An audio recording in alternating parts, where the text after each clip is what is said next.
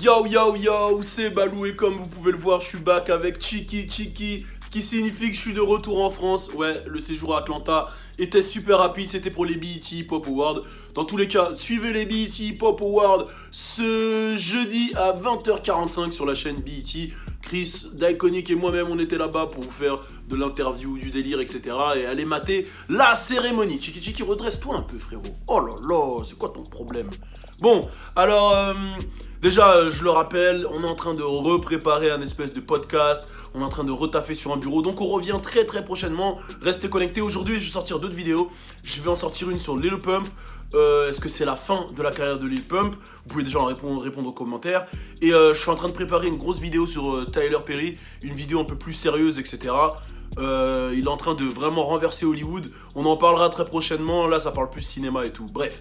On va parler de 6ix9ine, vu que c'est encore le 6ix9ine Day, on n'arrête pas, restez connectés et c'est parti, turn up! Hey, c'est pour la culture, hey, c'est pour la culture, c'est pour la culture, hey, c'est pour la culture, c'est pour la culture. Bon, comme je l'ai dit, c'est le 6ix9ine Day. J'ai pris 3-4 jours de repos là à Atlanta, hein. J'ai pas sorti de vidéo pendant 2-3 jours. Tout le monde m'envoyait, il se passe quoi? 6ix9ine devait être jugé en janvier et apparemment selon le procureur, il y a une lettre du procureur qui circule, j'ai vu l'information sur Academics, qui demanderait à ce que 6ix9ine sorte sous 30 jours, c'est-à-dire sorte le mois prochain.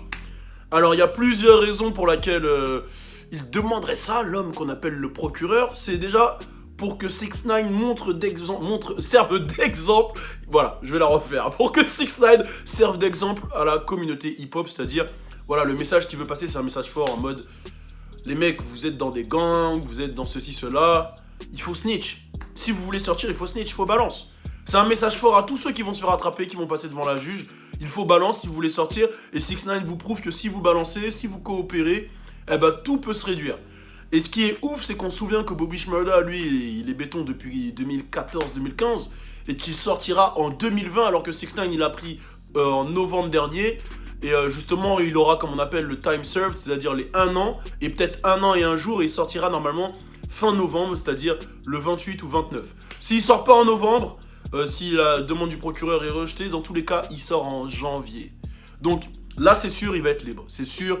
La 5K1 letter ou 50K, je sais plus comment on dit, j'avais dit 2K1 letter dans le dernier live à Atlanta, tellement j'étais fatigué, il l'aura. Ça c'est clair, net et précis, il a snitch au max. Maintenant ce qu'il faut savoir c'est que, c'est sûr et certain, il l'a dit, il va revenir avec de la musique, il va revenir sans sécurité.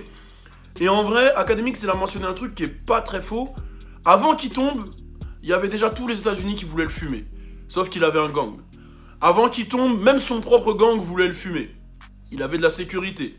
Quand il va sortir, ça va être la même chose. Sauf que ça va être le gang, et peut-être un peu moins les autres villes, parce que, voilà, depuis qu'il est béton, les gens, ils calculent plus trop. Donc en gros, il va avoir son gang contre lui, et il va avoir sa sécurité. Et moi, je l'avais dit dans les premières vidéos, qui va rendre le truc snitch cool. Quand je dis snitch cool, moi je trouve pas ça cool, mais que les gens ils vont se dire ouais mais moi aussi j'aurais snitch, il a travaillé son marketing. Et je le vois dans mes propres commentaires, quand moi je dis que j'aurais pas snitch, les gens ils m'insultent. Balou, arrête de faire la street, arrête, t'aurais snitch. Il a rendu la snitcherie normale en fait. Et jusqu'à le procureur l'utilise comme exemple pour la communauté hip-hop. Donc ça devient quand même assez big, et je pense que son retour, premier single, première vidéo, ça va être le bordel. Donc voilà, le mec sortirait en novembre, c'est un bordel, c'est un film. Il y a des documentaires qui se préparent sur lui, il y a des films, c'est un bordel. 6ix9ine, je le dis, je l'avais dit sur Twitter, on m'a insulté, mais 6ix9ine est dans la légende. En positif ou négatif, il l'est.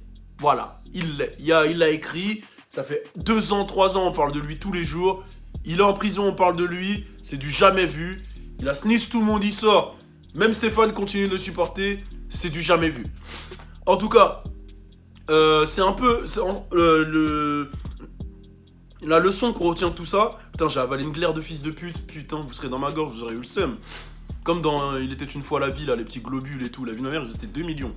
Bref, si je voulais dire, la leçon qu'on retient de tout ça, c'est bah, le clout et tout ça, ça peut se retourner contre vous. Et c'est ce que je vais expliquer dans la vidéo de Lil Pump ce soir, si je la sors ce soir.